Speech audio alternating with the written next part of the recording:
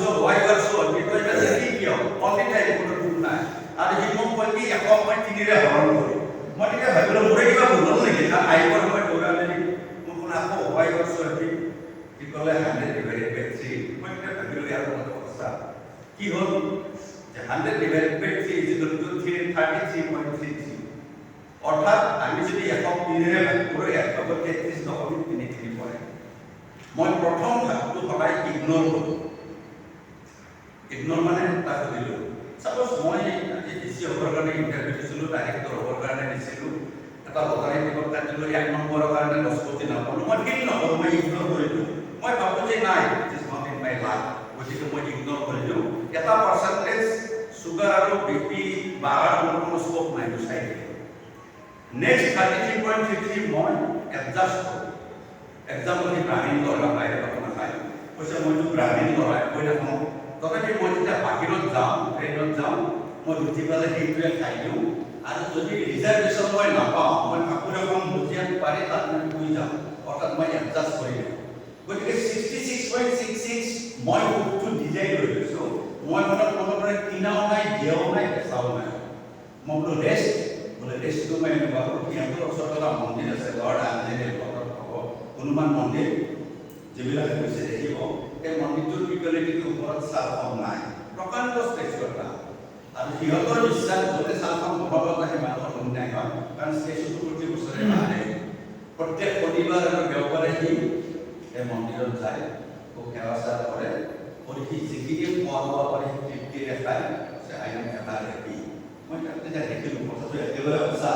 আমাৰ যিটো চুগাৰ বাঢ়ে প্ৰেছাৰ বাঢ়ে আমাৰ এক্সপেক্টেশ্যন বহুত থাকে আপত্তি থাকে আমি যদি ইগনোৰ আৰু এডজাষ্ট কৰি পিছৰ কৰি এনজয় কৰোঁ চবে সুখী হ'ব পাৰে আপোনালোকে পুনৰবাৰ ধন্যবাদ জনাই শুভকামনাৰে সামৰিছোঁ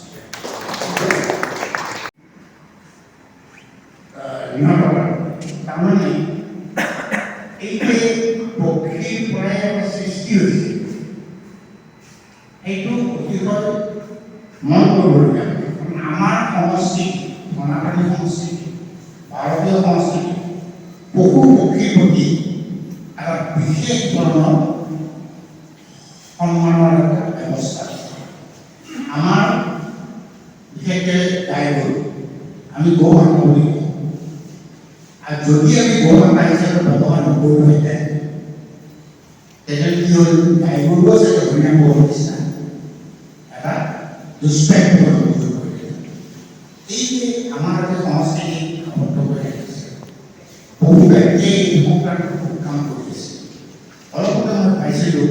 কাৰণ মই লখিমপুৰ জিলাত 2 বছৰ আছিলোঁ লখিমপুৰৰ এগৰাকী মহিলাই শগুনৰ সংৰক্ষণৰ কাম কৰি আছে নামটো মই পাহৰিছোঁ উপাধিটো দত্ত মোৰ সেইকাৰণে মনত আছে মোৰ উপাধি দত্ত তেখেতৰ ঢকুৱাখানাৰ ওচৰত এখন নাম শগুনৰ সংৰক্ষণ কৰিছে এই ধৰণৰ কাম কিছুমান কৰি আছে আমাৰ হাজোৰ ওচৰত হাতীৰ সংৰক্ষণ কৰিছে শগুনৰ সংৰক্ষণ কিয় কৰিছে এবাৰ এটা ঘটনা ঘটিছে কালি শগুন নোহোৱা হৈছে তাত যেতিয়া জন্তু এটা মৰি পেলাই গুচি গেলি থাকে তাৰ পৰা বিভিন্ন বিষাক্ত জীৱাণু ওলায় আৰু বহু জন্তুৰ নিধন বহু জন্তুৰ ৰোগাক্ৰান্ত আৰু নিধন অৰ্থাৎ এই যে শগুনটো নোহোৱা তাৰ কাৰণেই বন্যপ্ৰাণীৰ মাজত এই ৰোগৰ প্ৰাদুৰ্ভাৱ গতিকে আচলতে এই জন্তুবোৰ দেখি থাকে যদিও তেওঁলোকৰ প্ৰয়োজনীয় বহুত মই এইখন বাৰ্তাৰ উন্নতি কামনা কৰি মোৰ ভাষাৰ ত্যাগ কৰিবলগীয়া শেষ কৰিছোঁ ধন্যবাদ আমাৰ কমৰেড ডাঙৰীয়াই অতি কম সময়ৰ ভিতৰত অতি সামৰি থকা তেখেতে সলাই ল'বলগীয়া আৰু তেখেতৰ বিষয়ে মই বেছি ক'ব নালাগে তেখেত বহুত পদৰে বিবেচিত তেখেতে প্ৰশাসনিক বিজ্ঞান সেই প্ৰশাসনিক বিদ্যা আছিল হয় কিন্তু তাৰ পিছত তেখেতে কিমান বিশ্ববিদ্যালয়ৰ পৰা আৰম্ভ কৰি কিমানটা সামাজিক অনুষ্ঠান ধৰ্মীয় অনুষ্ঠান বা অসামাজিক ইমান জড়িত তেখেত এনেকুৱা এজন ব্যক্তি আমাৰ লগত নিবিড় সম্বন্ধ আছে মই সেইকাৰণে তেখেতক কৰাই দিছোঁ ইয়াৰ পিছতেই আমাৰ মঞ্চত উপবিষ্ট আমাৰ যোনবোৰ তেখেতে মোক কিন্তু কৈছে মোক ভাষণ দিব নিদিব মইহে কিন্তু আপোনাৰ ভাষা বেলেগে কৰিব বিচাৰিছে সেইকাৰণে অকণমান কৰি অতি কম কথা ৰাখিবলৈ মই অনুৰোধ জনালোঁ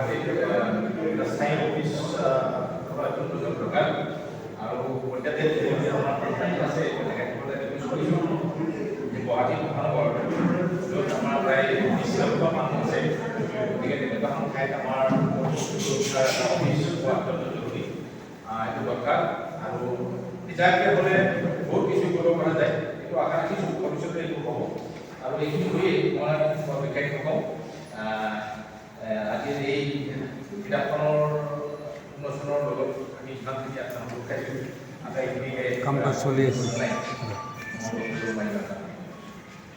এইটো পঠাই দিব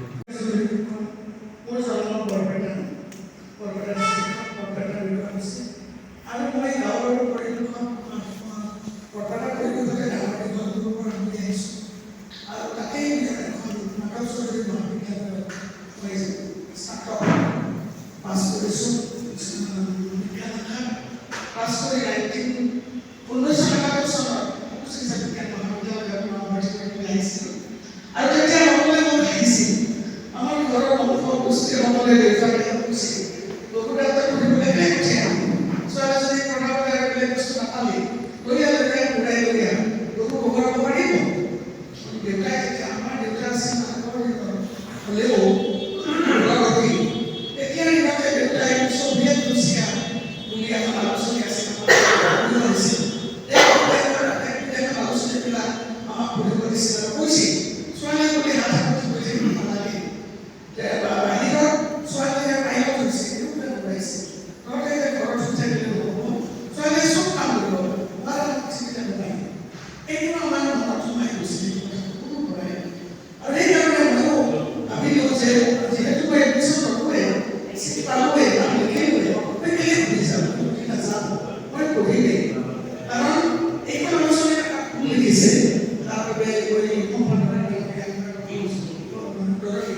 কৰিছোঁ যে ডক্টৰ সুমিতা চৌধুৰী অসমৰ প্ৰথম গৰাকী পশু চিকিৎসক বুলি লিখিছে। এইটো ভুল হৈছে, এইটো হ'ব লাগিছিল ডক্টৰ ৰবি মহন্ত প্ৰথম মহিলা আমাৰ চিকিৎসক। এইটো কাইণ্ডলি দিলে মই ভাল পাওঁ, কাৰণ এইটো ভুল এটা প্ৰচাৰ কৰিব নোৱাৰিলে ভুল এটা কথা। মই প্ৰথম বেটছত ৰবি মহন্ত আৰু দুগৰাকী মণিপুৰী মহিলা আছিলে, সুনীতা দেৱী আৰু প্ৰভা দেৱী। তৃতীয় বেটছত আছিলে আৰু এজনী দেৱী আছিলে, আৰু তৃতীয় বেটছত আমি 11জনী অসমীয়া আছিলোঁ। আমি 11জনী অসমীয়া বৰপেটা তিনিজনী, দুজনী হৈছে মই আৰু মহন্ত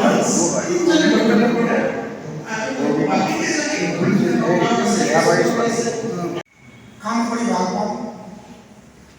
যিখিনি পাওঁ আমাৰ সংঘত এই কামবিলাক কৰ্তব্য বুলি কৰে, প্ৰশংসাটো নাথাকে। আমাৰ ধৰণেৰে কাম কৰিব লাগে।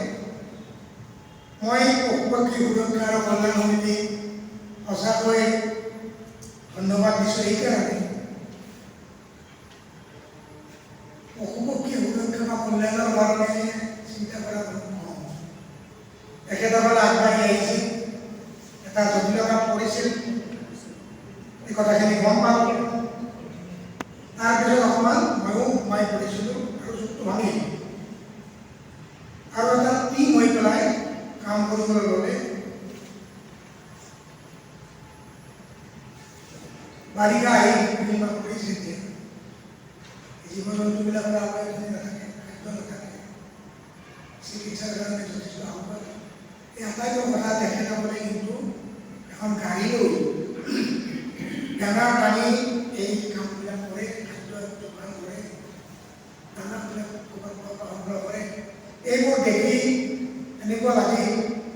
এই কামটো সঁচাই কৰিবলগীয়া। এটা কুকুৰ গ'লে মানুহে, মই দেখিছোঁ মোৰো এটা কুকুৰ আছে, ঢুকাল, বয়স হ'ল, ভাল দৃষ্টিৰে নাচায়, বাহিৰত উলিয়াই আনিলে ভাবে যে তেওঁক পায়খানা কৰিবলৈ আহিব। কুকুৰটোৰ পৰাও বহুত শিকিবলগীয়া আছে, এই কথাখিনি কোনো মানুহে অনুভৱ নকৰোঁ। অৰ্থাৎ প্ৰত্যেকটো জীৱ জন্তুৱে কৈছোঁ, আমাৰ কৰণীয় আছে, জীৱ জন্তু পশু পক্ষীৰ প্ৰতি আমাৰ কৰণীয় আছে। আৰু তাতোকৈ ডাঙৰ কথা, এই সংগঠনটো যিটো কল্যাণৰ কাম কৰি আছে সেইটো গ্ৰহণীয়, আৰু এইটো আমি লাগিব লাগিব। বয়সস্থ মানুহ আমি গোটেইবিলাক আমি অনুভৱ কৰিব পৰা হৈছোঁ, যি কাম কৰিলে সুখ পায় তেনে কাম কৰিব লাগে। শাশ্বত আনন্দ নে ভূমিত আছে নে ভূমাত আছে, আমাৰ হৃদয়তে আছে। সেইকাৰণে আমি আনন্দ পোৱা কাম কৰিলে